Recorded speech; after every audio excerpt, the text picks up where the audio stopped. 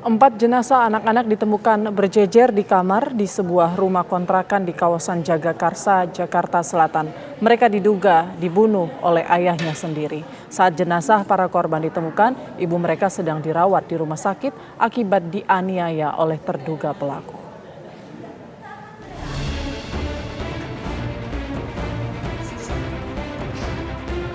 Warga Gang Haji Roman, Jagakarsa, Jakarta Selatan digegerkan dengan kasus dugaan pembunuhan 4 bocah kakak beradik oleh ayahnya sendiri.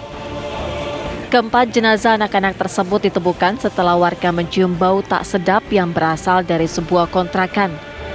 Warga memutuskan membuka paksa rumah kontrakan itu dan terkejut saat mendapati 4 bocah malang berusia 6 tahun, 4 tahun, 3 tahun, dan 1 tahun dalam kondisi tidak bernyawa di tempat tidur. Sedangkan sang ayah ditemukan terluka di kamar mandi. Saya pulang menghubungi istrinya Pak Panca ya bahwa saya akan membuka paksa pintu karena tetangga semua teriak bau busuk, bau dikira tikus mati. Terus Pak RT astagfirullahalazim langsung keluar sebelum polisi datang. Gitu. Tapi kalau suaminya Bu gimana Bu? Suaminya ditemukan di kamar mandi. Ya, dengan pakai celana dalam aja. Kalau untuk istrinya ini Bu, ada di dalam atau gimana Bu? Istrinya sedang dirawat. Dirawat sejak kapan Bu? Sejak hari Sabtu. Itu dirawatnya karena sakit apa Bu? KDRT berat. Polisi sudah melakukan olah tempat kejadian perkara awal dan telah meminta keterangan terduga pelaku berinisial P. Sebelum kejadian, P telah dilaporkan atas kasus kekerasan dalam rumah tangga atau KDRT terhadap istrinya sendiri oleh kakak iparnya. P diduga melakukan KDRT terhadap D sebelum kemudian membunuh keempat buah hatinya sendiri. Saat jenazah para korban ditemukan, ibu mereka dirawat di rumah sakit akibat dianiaya pelaku. Ibunya korban juga sedang dirawat di rumah sakit RSUD Pasar Minggu. Kalau bapaknya di mana dirawatnya? Di Rumah Sakit Mulia. Saudara P dirawat di Rumah Sakit Mulia Pasar Minggu. Kemudian ibunya telah lebih dahulu dirawat sejak hari Sabtu ya di Rumah Sakit Umum Daerah Pasar Minggu. Untuk ibu sendiri itu dirawat karena kekerasan dari si P ini Pak, bukan Pak?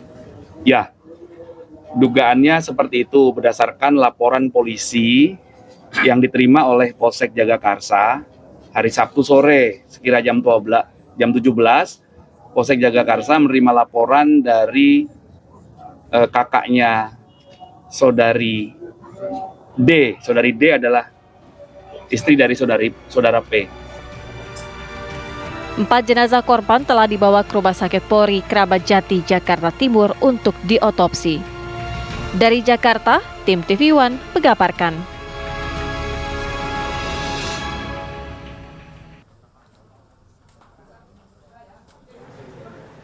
Pelaku pembunuhan diyakini adalah ayah korban yang juga dikenal para tetangga sering melakukan kekerasan dalam rumah tangga. Bagaimana keseharian keluarga itu dan benarkah Ketua RT sudah melaporkan kasus KDRT keluarga tersebut ke polisi?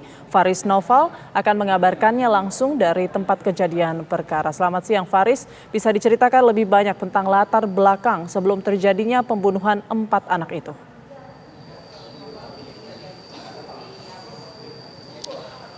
Baik Putri Alfat dan juga pemirsa, di kita kelas balik memang betul adanya laporan dan bahkan tadi hasil saya berbicara dengan warga yang mengontrak di depan kontrakan dari P, terduga pelaku, dan D. Ini memang sering terdengar adanya suara pada saat cekcok, ada teriakan, bahkan barang-barang yang terdengar seperti pecah atau jatuh.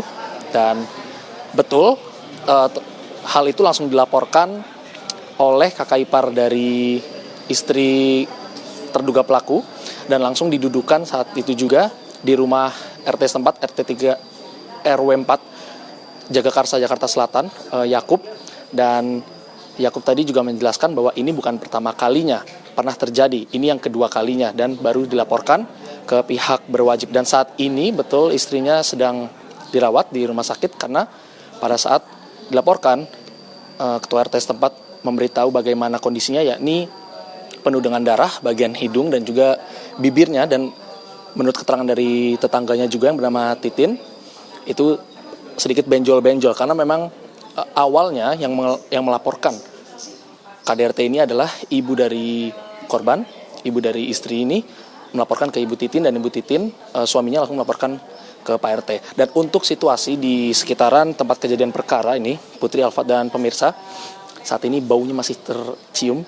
Ini sangat menyengat sekali, dan memang seperti memang sudah jasad yang lebih dari 2 atau 3 hari, karena menurut keterangan warga sekitar, informasi yang kami terima, terakhir terduga pelaku dan juga anak-anaknya terakhir terlihat itu di hari Minggu kemarin, Minggu sore. Setelah itu tidak terlihat sama sekali baik terduga pelaku ataupun anak-anaknya, korban.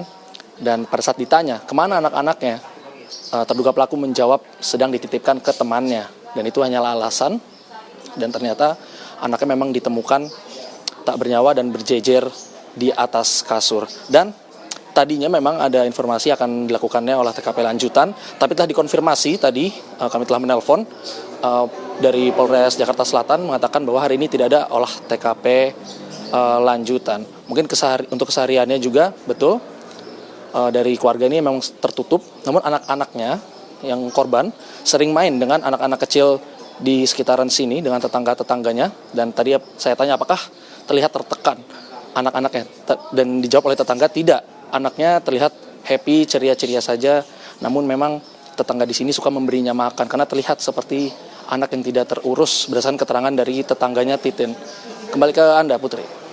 Faris Noval, kita juga ingin tahu sebenarnya bagaimana cara ataupun cara terduga pelaku ini membunuh keempat anak malang tersebut. Bagaimana kondisinya, apakah dengan menggunakan pisau atau apa hasil olah TKP yang telah dilakukan oleh polisi?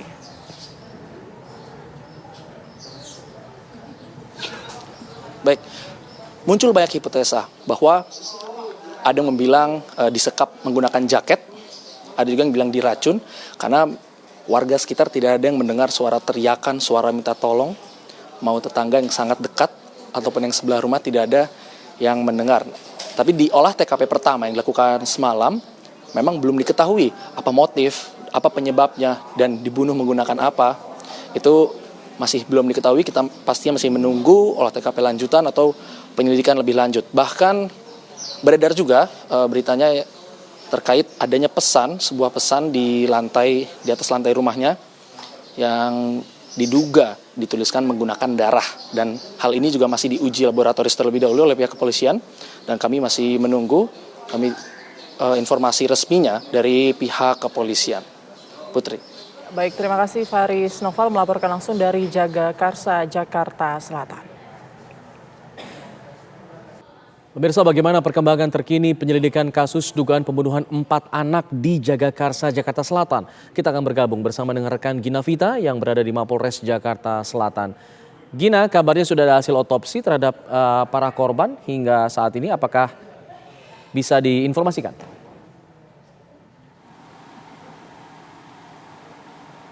Ya, kalau informasi terbaru yang saya terima dari pihak Polres Metro Jakarta Selatan, untuk penyebab kematian ini masih terus didalami dan masih dilakukan proses otopsi. Tapi untuk lebih lengkapnya, Alfat, saya akan langsung berbincang dengan Kasat Reskrim Polres Metro Jakarta Selatan, ada AKBP Bintoro. Selamat siang, Pak Kasat. Terima kasih sudah meluangkan waktunya untuk kami. Mungkin pertanyaan pertama saya langsung, Pak, ini penyebab kematian dari 4 anak yang ditemukan tewas ini sebetulnya apa ya Pak ya sejauh ini? Terima kasih Mbak. Sebelumnya kami mengucapkan bela sungkawa yang sebesar-besarnya atas kejadian ini. Ada 4 korban yang meninggal dunia ditemukan di salah satu kamar di daerah Kebagusan. Untuk sementara ini kami telah melaksanakan kegiatan proses penyelidikan dalam rangka untuk mengungkap peristiwa kejadian ini, di mana langkah-langkah kami semalam kami melaksanakan kegiatan olah TKP bersama dengan tim identifikasi Inavis, dan kami melibatkan dari rekan-rekan laboratorium forensik dari Mabes Polri. Dan saat ini untuk korban sudah dibawa ke rumah sakit dan dilakukan kegiatan otopsi. Untuk penyebab kematian masih kami dalami, nanti akan kami sampaikan apabila sudah ada rilis dari pihak rumah sakit yang menangani otopsi tersebut. Oke. Pak Kasat, ini kan masih didalami, masih dilakukan proses otopsi. Tapi untuk gambaran secara fisik ya Pak ya, apakah ditemukan tanda kekerasan di bagian tubuh dari 4 anak ini Pak? Secara fisiknya? Kebetulan semalam kami melaksanakan kegiatan olah TKP dalam kondisi mayat sudah membusuk, dan kejadian ini diinformasikan bahwa diterima untuk laporannya itu hari Rabu sekitar jam 2 siang, dan untuk Polsek Jagakarsa pada saat itu yang menerima laporan langsung turun TKP dan dilaporkan secara berjenjang kepada kami di Polres, dan kami pun langsung turut juga ke TKP tersebut. Untuk selanjutnya kami akan mendalami. Untuk memang terlihat di TKP bau yang menyengat, membusuk, dan diperkirakan itu sudah cukup lama untuk kematian korban. Untuk nanti apakah penyebabnya akan disampaikan setelah ada rilis dari pihak rumah sakit. Demikian. Kondisi dari 4 anak ini membusuk itu memang karena waktu penemuan jenazah yang sudah lama, beberapa hari, atau memang ada faktor lain di luar itu, Pak Kasat?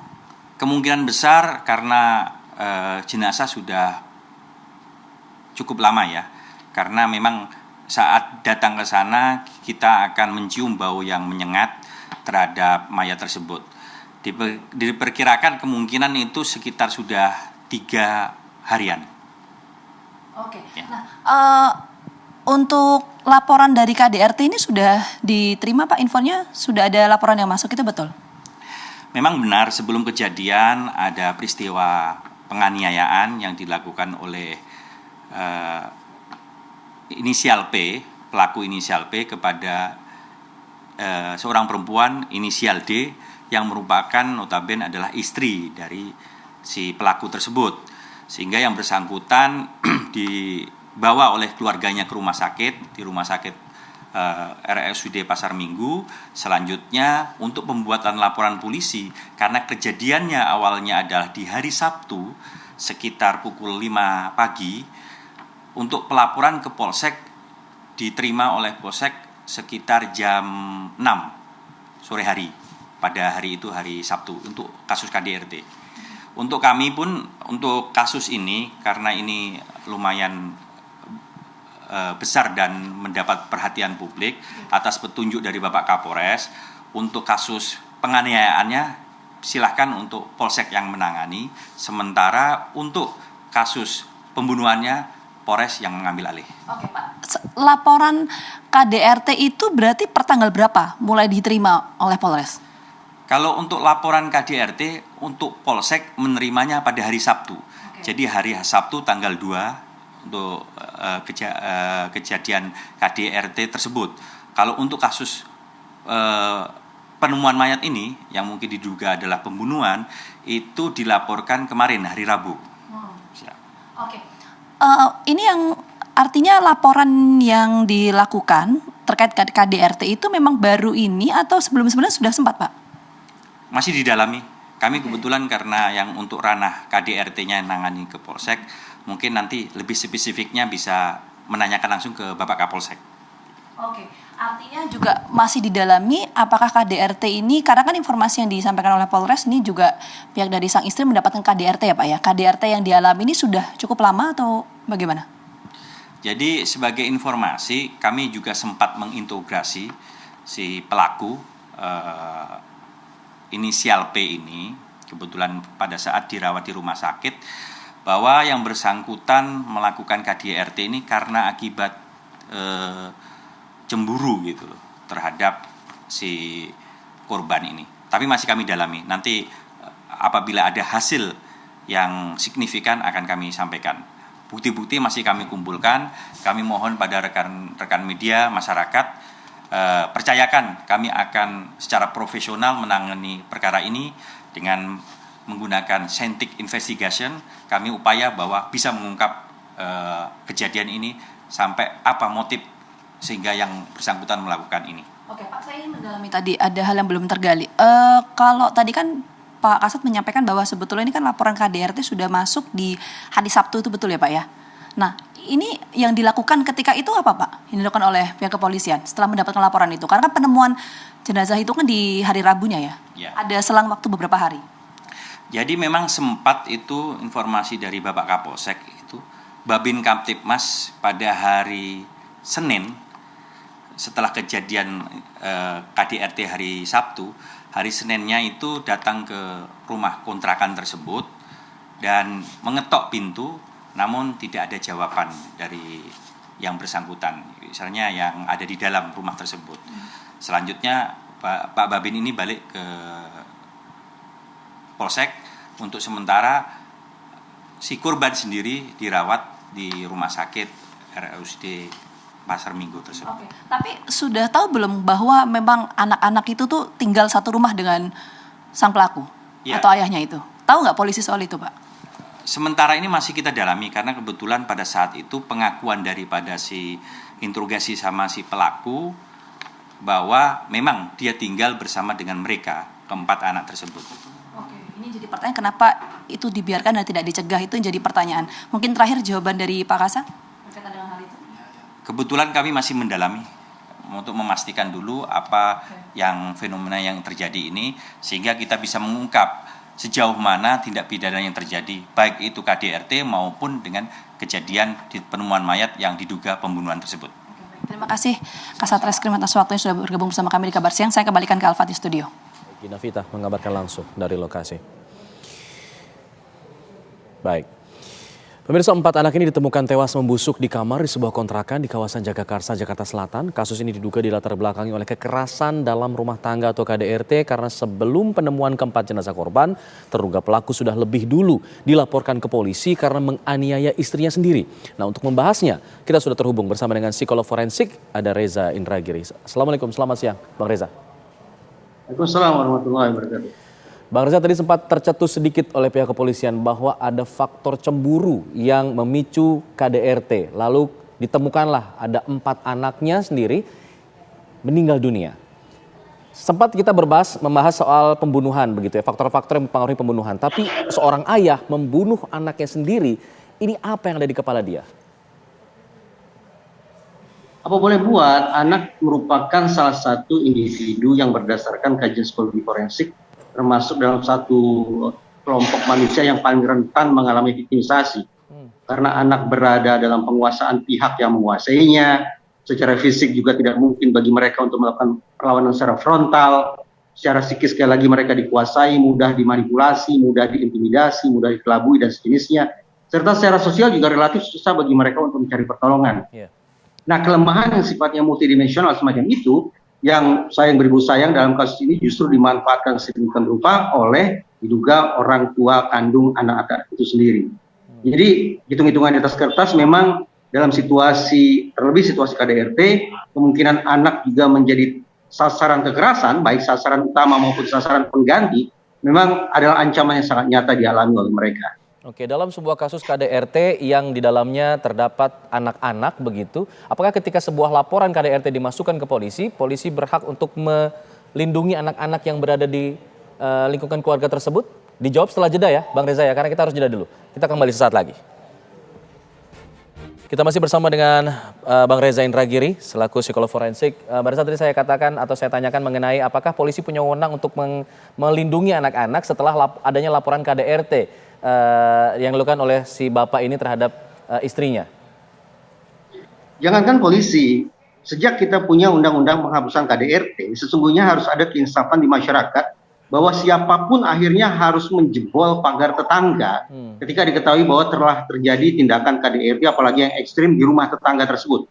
Itu artinya atau konsekuensinya, warga atau masyarakat yang mengetahui bahwa di tetangga sebelah ada KDRT, apalagi KDRT yang brutal, namun tidak mengambil inisiatif apapun, justru warga tersebut yang akan juga bisa dipidana. Ini menunjukkan betapa sesungguhnya negara sudah mengirimkan pesan yang sangat tegas kepada masyarakat, wabil khusus kepada otoritas penegakan hukum untuk memang mengambil langkah-langkah yang luar biasa dalam konteks penanganan kasus-kasus KDRT.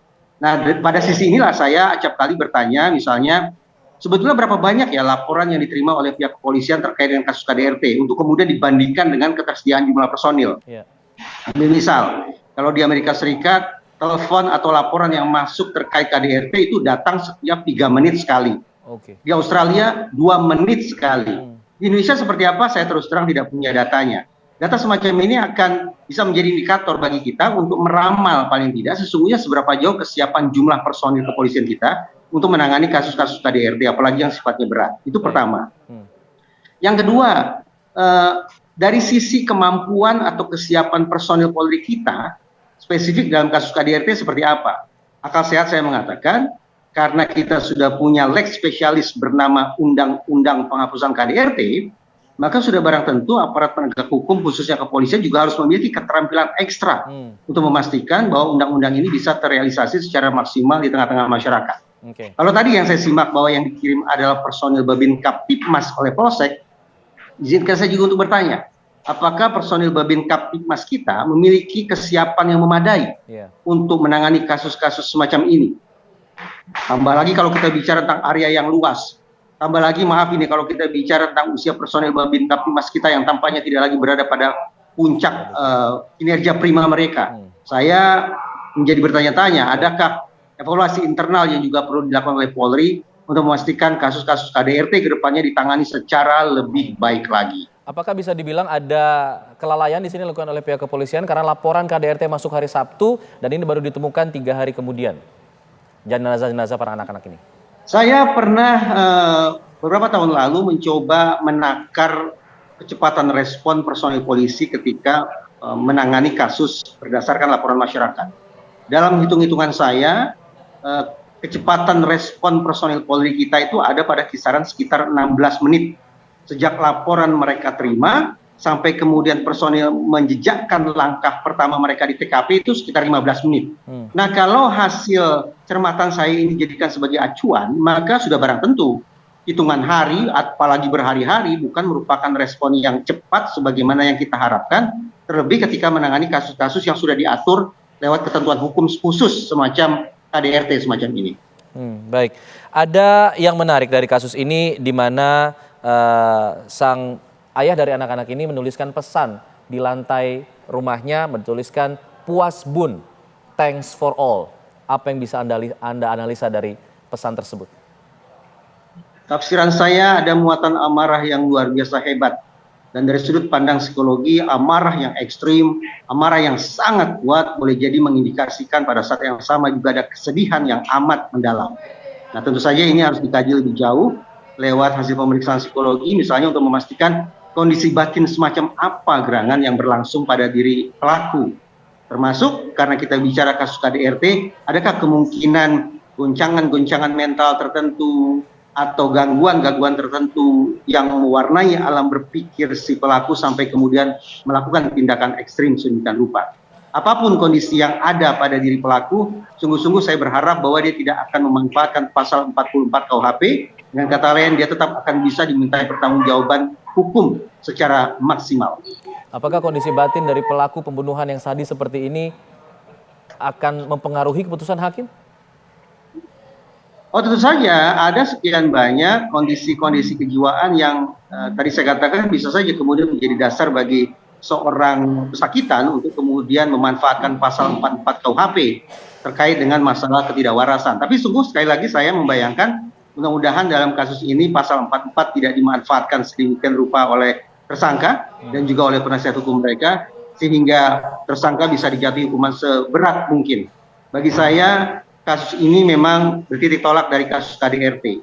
Tapi mengingat bahwa sudah ada kematian 4 anak yang tidak berdosa di tempat yang sama, di waktu yang juga barangkali sama, saya bayangkan istilah yang tepat bukan lagi semata-mata kasus KDRT, tapi kasus pembunuhan massal. Dan kasus pembunuhan massal bisa dipastikan merupakan kasus pembunuhan berencana.